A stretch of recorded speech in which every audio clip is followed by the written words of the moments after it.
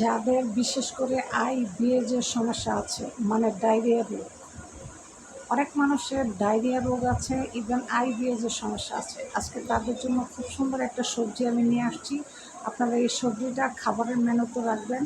আপনার ওজন কমাতে সহযোগিতা করবে, আপনার ব্যাড কোলেস্টেরল কাটানোর জন্য খুব সহযোগিতা ভূমিকা পালন করবে। ইভেন আপনার আমেশা বা আইবিএস বা ডায়রিয়া এরকম ধরনের রোগ যদি আপনার থাকে, এই সবজি খেলে আপনার সেটা দূর হবে।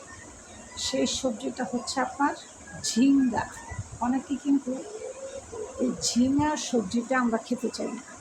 গরমের দিন এই ঝিঙ্গা সবজিটা কিন্তু মানুষের দেহে অনেক কার্যকারী ভূমিকা পালন করে। ঝিঙ্গা ঝিঙ্গা সবজি শোনার নাই নাম? সার্চ দিয়ে দেখবেন ইউটিউবে, ঝিঙ্গা, দুন্ডি, জালি, এগুলো। এই ঝিঙ্গা আপনি যদি প্রতিদিন খান, আপনার যদি আইবিএসের সমস্যা থাকে, তাহলে আপনার আইবিএসের সমস্যা দূর হয়ে যাবে। আপনার প্রতিদিন আপনার খাবারের মেনুতে ঝিঙ্গা রাখার জন্য চেষ্টা করবেন, আর সেটা ঝোল করে খাবেন। ঝিঙ্গা ঝোল করে একটু মাছ দিয়ে রান্না করে খাবেন।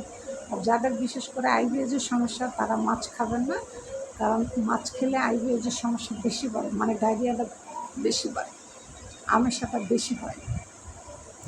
তাহলে যাদের আইবিএস, ডায়রিয়া, ওজন, তারপর ব্যাড কোলেস্ট্রল আছে, তারা আজকে থেকে ঝিঙা সবজিটা প্রতিদিন খাবারের মেনুতে রাখার জন্য অবশ্যই চেষ্টা করবেন।